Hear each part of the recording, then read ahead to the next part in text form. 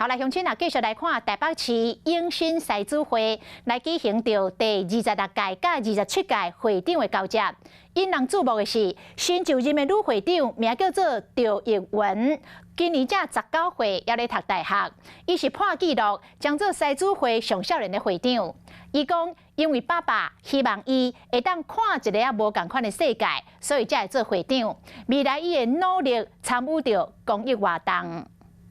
在这期间也取得令人瞩目的成就，他们能做到的，我相信我能做更好。秩序看起来大方，阁真有自信。赛主会交接典礼，新任会长赵奕文，这个就场虽正做全场焦点，因为伊敢若19岁，还阁是一位大学生，破纪录正做赛主会上秀气的会长。 落尾赵奕文嘛伫咧社群铺文，官方就讲，虽然大家拢讲赛主会拢是中老年人的会，不过伊才19岁，文章写出来，互真侪人拢伫咧关注。因为受到我爸爸的启发，因为爸爸也是一直都有在狮子会，压力是一定会有的，因为毕竟我还是学生。 然后要用课余的时间去狮子会。反正大家对赛主会印象虽然有的人看无目体，不过赵奕文乐观面对，正面回应。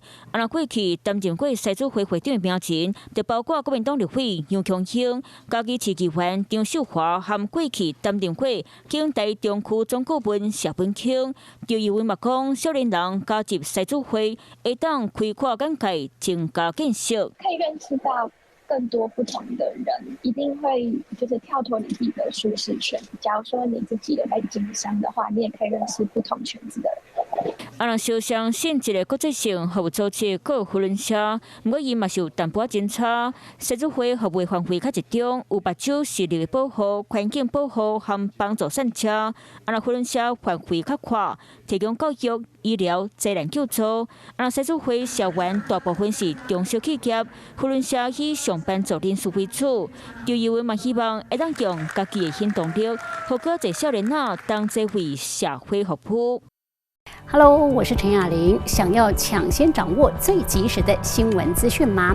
赶快订阅、按赞、开启小铃铛，锁定华视新闻 YouTube 频道。